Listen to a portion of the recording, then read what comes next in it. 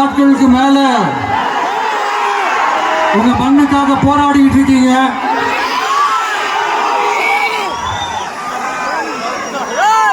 உங்க போராட்டத்தை பத்தி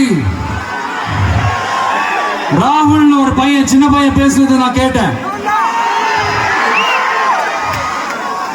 அந்த குழந்தையோட பேச்சு மனசு. அதனால உங்களை மாதிரி விவசாயிகளோட காலடி மண்ணை தொட்டு கும்பிட்டுதான் என்னோட பயணத்தை தொடங்கணும்னு ஒரு முடிவோட தான் இருந்தேன். அதுக்கு சரியான இடம் இதுதான் எனக்கு தோணுச்சு.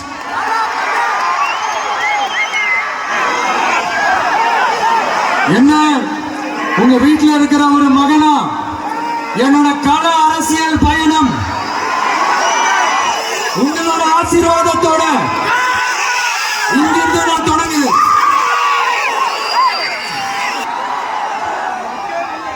நான் இங்க வளர்ச்சிக்கு எதிரானவங்க கிடையாது. ஏர்போர்ட்டே வரக்கூடாதுன்னு நான் சொல்லல, இந்த இடத்துல வரக்கூடாதுன்னு நான் சொல்றேன். எதிரானவன் அப்படி இப்படின்னு சொல்லி ஒரு கதையை கட்டி ஆரம்பிச்சிருவாங்க. சரி, நம்ம அதை பத்தி எல்லாம் கவலை இல்லைன்னு வைங்க. எல்லா ஃபிளட்டுக்கு காரணமே இங்க இந்த சுற்று வட்டார பகுதியில் இருக்கிற சதுப்பு நிலங்களை, நீர் நிலங்களை அழிச்சது தான் சொல்லுது. இப்படி ஒரு நீங்க எதிர்கட்சியா இருக்கும் போது 8 வழிச்சாலையை எதிர்த்தீங்க, அந்த காட்டுப்பள்ளி துறைமுகத்தை எடுத்தீங்க. அதே தானே இங்கேயும் அதே நிலைப்பாடு தானே இங்கேயும் எடுக்கணும். அது எப்படி நீங்க எதிர்கட்சியா இருக்கும் போது விவசாயிகளுக்கு ஆதரவு, ஆளுங்கட்சியா இருக்கும் போது விவசாயிகளுக்கு எதிர்ப்பா? எனக்கு புரியலையே.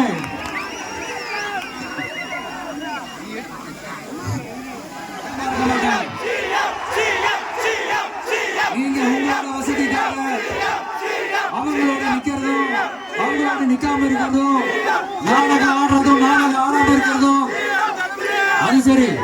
நம்புற மாதிரியே நாடகம் ஆடுறதுலதான் நீங்க மறு ஆய்வு செய்யணும்னு ஒன்றிய அரசுக்கும் மாநில அரசுக்கும் நான் கேட்டுக்கிறேன்.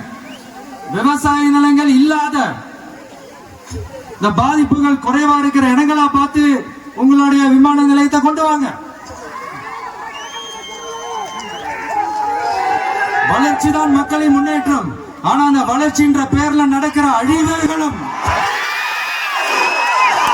சட்டத்துக்கு உட்பட்டு எல்லா வழிகளிலும் உங்களோட உறுதி அனுப்பேன். உங்களோட ஊருக்குள்ள, ஏகனாபுரம் ஊருக்குள்ள வந்து அந்த திடல்ல தான் உங்க எல்லாரும் இங்கதான் பர்மிஷன் கொடுத்தாங்க. நான் ஏன் ஊருக்குள்ள வரணும்னு தடைன்னு எனக்கு தெரியல. முடியாது போட்டிருக்கேன். சரி, ஓகே. உங்க எல்லாரையும் பார்த்ததுல ரொம்ப ரொம்ப சந்தோஷம். மீண்டும் இதே ஊருக்கு, உங்க ஏகனாபுரம் ஊருக்கு